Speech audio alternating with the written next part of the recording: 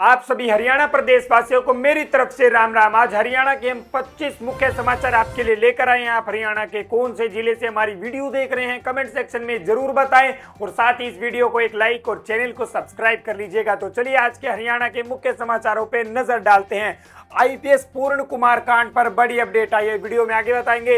रूस युद्ध में फंसा हरियाणा का युवक, सरकारी स्कूलों में हुआ है बड़ा बदलाव। आज हरियाणा का कैसा मौसम होगा वीडियो में आपको आगे बताने वाले हैं। रोजगार को लेकर भी बड़ी अपडेट्स आई हैं। पहले कुछ हेडलाइंस पे नजर डालते हैं। हरियाणा में अब तक डेंगू के 1041 मामले दर्ज हो चुके हैं। स्वास्थ्य मंत्री ने कहा कि सरकारी अस्पतालों में फ्री प्लेटलेट्स उपलब्ध करवाई जाएंगी। पराली जलाने की घटनाओं में भारी गिरावट। इस वर्ष पराली जलाने की घटनाएं पिछले साल की तुलना में लगभग 95% कम हुई हैं। 6 अक्टूबर तक सिर्फ 7 घटनाएं अब तक दर्ज हुई हैं।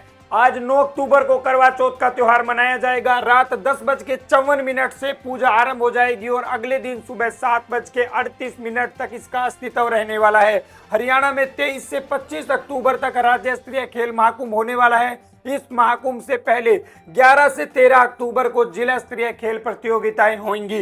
इसके बाद आगे जो है वो है गुड़गांव की सरकारी स्कूलों में समस्याएं। गुड़गांव जिले की सरकारी स्कूलों में शिक्षक नहीं होने के कारण छात्रों की बुनियादी पढ़ने लिखने और गणित क्षमताओं में कमी आ रही है। 9 अक्टूबर 2025 का पंचांग बताता है कि आज कार्तिक कृष्ण पक्ष तृतीया तिथि है जो रात 10:55 तक रहेगी। साथ ही राहु काल आज दोपहर 1:30 बजे से 3 बजे तक रहेगा। जिंदल पावर ने अप्रवा एनर्जी से हरियाणा के झज्जर पावर प्रोजेक्ट को खरीदने का सौदा किया है। यह सौदे का आंकड़ा लगभग 4000 करोड़ रुपए बताया जा रहा है। करनाल में किसान हुए नाराज, मंडी के बाहर लगाया ताला। आरोप है कि सरकारी दरों पर धान नहीं खरीदी जा रही और चेतावनी दी है कि यदि इनकी समस्या है इसकी सुनवाई नहीं हुई तो 9 अक्टूबर को हाईवे जाम होने वाला है। इसके बाद जो बड़े समाचार है वो कुछ इस तरह हैं कि हरियाणा सरकार पर भड़के हैं भूपेंद्र सिंह हुड्डा। हरियाणा के पूर्व मुख्यमंत्री भूपेंद्र सिंह हुड्डा ने नायब सिंह सैनी सरकार पर हमला बोलते हुए कहा कि सरकार अपने 1 साल के कार्यकाल में पूरी तरह से विफल रही है। उन्होंने विकास कार्यों के ठप होने और बढ़ती बेरोजगारी के लिए सरकार की नीतियों को जिम्मेदार ठहराया। हुड्डा ने कांग्रेस शासन की उपलब्धियों का बखान करते हुए वर्तमान सरकार को हर मोर्चे पर विफल बताया और जनता को बदलाव की उम्मीद जताई है। इसके बाद आगे जो खबर है वो है हरियाणा में आज का मौसम। हरियाणा में पिछले 4 दिन से जारी बारिश का दौरा आज से थम गया है। आज धूप खिली रहेगी। धूप खिलने के कारण दिन के तापमान में हल्की बढ़ोतरी देखने को मिल सकती है, लेकिन रात के तापमान में गिरावट आएगी जिस कारण ठंड का एहसास होगा। वहीं 5 से 8 अक्टूबर तक प्रदेश में हुई बारिश के कारण अधिकांश जिलों में तापमान सामान्य से नीचे चला गया है। दक्षिण हरियाणा के महेंद्रगढ़ जिले में अधिकतम तापमान लगातार दूसरे दिन भी 10 डिग्री सेल्सियस से कम रहा। वहीं रोहतक में तापमान 60 डिग्री तक सामान्य से कम चल रहा है। इसके बाद अगली जो बड़ी खबर है वो है पूर्ण कुमार कांड के बाद बदलेंगे डीजीपी।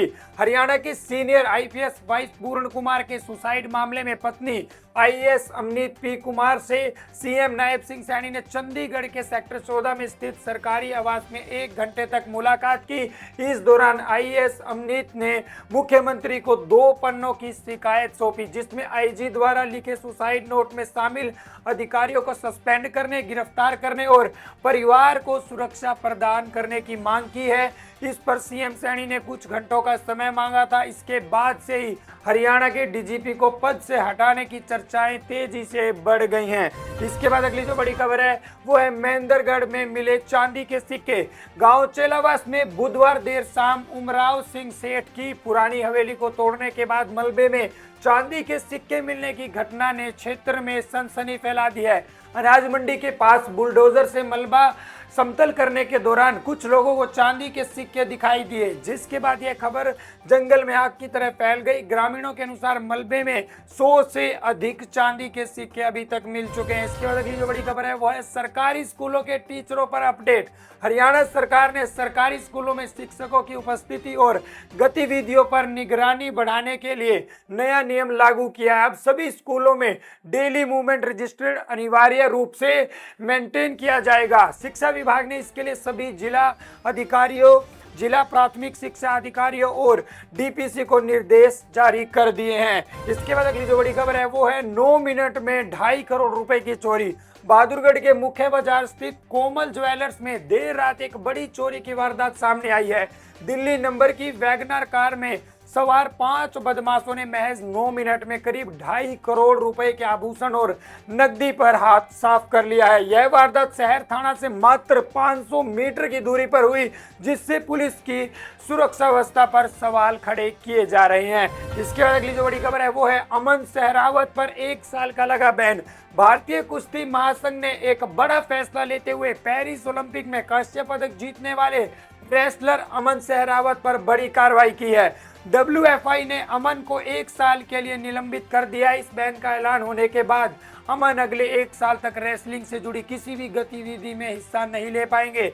अमन ने पिछले साल पेरिस में हुई ओलंपिक में कांस्य पदक जीता था।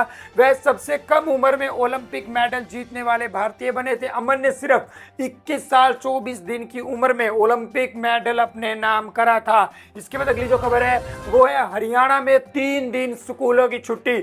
हरियाणा सरकार ने प्रदेश के सभी सरकारी स्कूलों में 3 दिनों का अवकाश घोषित किया है। शुक्रवार को करवा चौथ के मौके पर राज्य सरकार ने स्थानीय छुट्टी घोषित की है। इसके बाद शनिवार को महीने का दूसरा शनिवार होने के कारण छुट्टी करी है, और जबकि रविवार को साप्ताहिक छुट्टी के चलते स्कूल सोमवार को ही अब खुलने वाले हैं। तो बच्चों में खुशी की लहर दौड़ चुकी है। इसके बाद अगली जो खबर है वो है रूस में फंसा रोहतक का युवक। रोहतक जिले के तोमरपुर गांव का 29 वर्षीय संदीप पढ़ाई के सपने लेकर 23 सितंबर 2024 को स्टडी वीजा पर रूस गया था, लेकिन अब वह यूक्रेन युद्ध में जबरन झोंक दिया गया है। परिवार के मुताबिक मजदूर माता पिता ने अपने गहने बेचकर और कर्जा देकर एक एजेंट को 6 लाख रुपए दिए थे ताकि संदीप विदेश जाकर पढ़ाई कर सके और बेहतर भविष्य बना सके। परिजनों ने बताया कि रूस पहुंचने के बाद संदीप ने पढ़ाई के साथ साथ काम करने की सोची। इसी दौरान उसे एक कुक की नौकरी मिली, लेकिन रशियन आर्मी ने उसे धोखे से सेना में भर्ती कर युद्ध क्षेत्र में भेज दिया है। इसके बाद अगली जो बड़ी खबर है वो है रूस युद्ध में हिसार के युवक की हुई मौत। हरियाणा के हिसार जिले में मदनहेड़ी गांव से एक बेहद दुखद खबर सामने आई है। गांव के रहने वाले 28 वर्षीय सोनू की मौत रूस यूक्रेन युद्ध में रूसी सेना की ओर से लड़ते हुए हुई है। परिवार को रूसी सेना की ओर से भेजे गए एक पत्र में उनकी मौत की जानकारी प्रदान हुई है। बताया गया है कि सोनू की गोली लगने से मौत हुई है और उनका शव मॉस्को पहुंच चुका है। परिजनों से शव लेने के लिए रूस आने को कहा गया है। हालांकि अभी तक भारत सरकार या हरियाणा सरकार की ओर से इस संदर्भ में कोई भी आधिकारिक पुष्टि नहीं की गई है। इसके बाद अगली जो बड़ी खबर है वो है अंबाला में 12 बच्चों का rescue. Ambala cantt railway station पर जीआरपी ने जिला युवा विकास संगठन की मदद से 12 बच्चों को रेस्क्यू किया है। बच्चों को कर्मभूमि ट्रेन के जरिए बिहार से पंजाब मजदूरी के लिए ले जाया जा रहा था। जीआरपी का कहना है कि बच्चों की काउंसलिंग करवाई जाएगी। इसके बाद पूरी जानकारी मिल पाएगी कि बच्चों को कौन और किस लिए ले जाया जा रहा था। मामले को लेकर जीआरपी इंस्पेक्टर ने बताया कि 12 बच्चों की मदद कर रेस्क्यू किया गया है। इन सभी बच्चों को ट्रैफिकिंग के जरिए पंजाब ले जाया जा रहा था। इसके बाद अगली जो बड़ी खबर है वो है हरियाणा में नई पेंशन योजना। हरियाणा सरकार की ओर से एसआई बच्चों के लिए पेंशन योजना शुरू की गई है। योजना के तहत जिन बच्चों की आयु 21 वर्ष से कम है और जिनके परिवार की सालाना आय 2 लाख रुपए से कम है, उन बच्चों को प्रति माह 1850 रुपए की पेंशन दी जाएगी। इच्छुक पात्र अटल सेवा केंद्र या सीएससी केंद्र पर जाकर आवेदन कर सकते हैं। आवेदन के साथ सभी आवश्यक दस्तावेजों की सेल्फ अटेस्टेड फोटोकॉपी जमा करवानी होगी। तो दोस्तों ये थे आज के हरियाणा के मुख्य समाचार। वीडियो पसंद आया हो तो वीडियो को एक लाइक और चैनल को सब्सक्राइब कर लीजिएगा।